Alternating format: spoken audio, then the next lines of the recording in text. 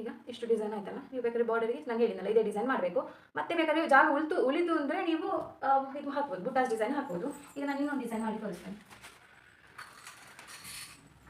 ಈ ಮತ್ತೆ hanging beads ಇದೆ ಅಲ್ಲ, ಹ್ಯಾಂಗಿಂಗ್ ಬೀಡ್ಸ್ ತಗೊಳ್ಳಿ, ಯಾವುದು ಆಗ್ಬೋದು. ಕೆಲವು ಹ್ಯಾಂಗಿಂಗ್ ಬೀಡ್ಸ್ ಹೇಗೆ ಬರುತ್ತೆ ಅಂದರೆ ಇದರ ಮೇಲ್ಗಡೆ ಒಂದು ರಿಂಗ್ ಟೈಪ್ ಇರುತ್ತೆ ನಾವು ಸ್ಟಿಚ್ ಮಾಡಲಿಕ್ಕೆ. ಕೆಲವು ಹ್ಯಾಂಗಿಂಗ್ ಬೀಡ್ಸ್ ಹೇಗೆ ಬರುತ್ತೆ ಅಂದರೆ ಹೀಗೆ ನೋಡಿ, ಕ್ರಿಸ್ಟಲ್ ಬೀಡ್ ಹೀಗೆ, ಅದರಲ್ಲಿ ಏನಿಲ್ಲ, ಖಾಲಿ ಬೀಡ್ ಮಾತ್ರ. ನಾವು ಇದನ್ನು ಸೇಮ್ ಮೆಥಡ್ ಸ್ಟಿಚ್ ಮಾಡ್ಬೋದು, ಇದನ್ನು ಸೇಮ್ ಮೆಥಡಲ್ಲಿ ಸ್ಟಿಚ್ ಮಾಡ್ಬೋದು. ಸ್ಟಿಚಿಂಗ್ ಮೆಥಡ್ ಏನು ಚೇಂಜಸ್ ಇಲ್ಲ. ನಾನೀಗ ಇದನ್ನು ಹ್ಯಾಂಗಿಂಗ್ ಬೀಡ್ಸ್ ಟೈಪ್ ಹಾಕ್ತೇನೆ. ಅದು ಹೇಗೆ ಹಾಕ್ತೇನೆ ಅಂತ ನೋಡಿ. ಇದಕ್ಕೂ ನಮಗೆ ಶುಗರ್ ಬೀಡ್ ತಗೊಳ್ಬೇಕಾಗುತ್ತೆ. ಫಸ್ಟ್ ಮೆಜರ್ ಹಾಕೊಳ್ಬೇಕು. ಈಗ ನನ್ನ ಹತ್ರ ಬೀಡ್ಸ್ ಎಷ್ಟಿದೆ ಅಂದರೆ 2, 4, 6, 8, 9 ಬೀಡ್ಸ್ ಇದೆ. 9 ಬೀಡ್ಸ್ ಅಂದರೆ ಮಿಡ್ಲಲ್ಲಿ 1 ಬೀಡ್ಸ್, ಮತ್ತು ಸೈಡಿಗೆ 4, 1, 2, 3, 4. ಓಕೆ, ಮತ್ತು ಇಲ್ಲಿಗೆ ಕೂಡ 1, 2, 3, 4.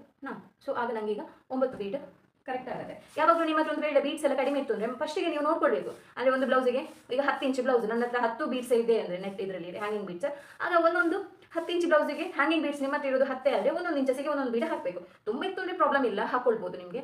ಬಟ್ ಕಡಿಮೆ ಇತ್ತು ಅಂದರೆ ಅದನ್ನು ಡಿವೈಡ್ ಮಾಡಿ ಹಾಗೆ ಹಾಕೊಳ್ಬೇಕಾಗತ್ತೆ. ಹ್ಯಾಂಗಿಂಗ್ ಬೀಡ್ಸ್ ಖಾಲಿ ನಾವು ಸ್ಲೀವ್ಸ್ ಇದು ಎಂಡಿಗೆ ಹಾಕೊಳ್ಳೋದಲ್ಲ ಅಥವಾ ಬ್ಯಾಕಿಗೆ ಹಾಕೊಳ್ಳೋದಲ್ಲ. ಈ ಟೈಪ್ ಡಿಸೈನ್ ಮಿಡ್ಲಲ್ಲಿ ಬೇಕಾದ್ರೂ ಹಾಕೊಳ್ಬೋದು.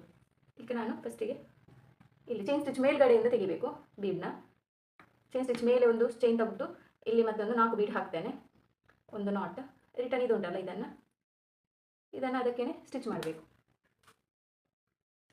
ಹೀಗೆ ಇದೇ ಚೈನಿಗೆ ತಗೊಂಡು ಇಲ್ಲೇ ಒಂದು ನಾಟ್ ಹಾಕೊಳ್ಬೇಕು.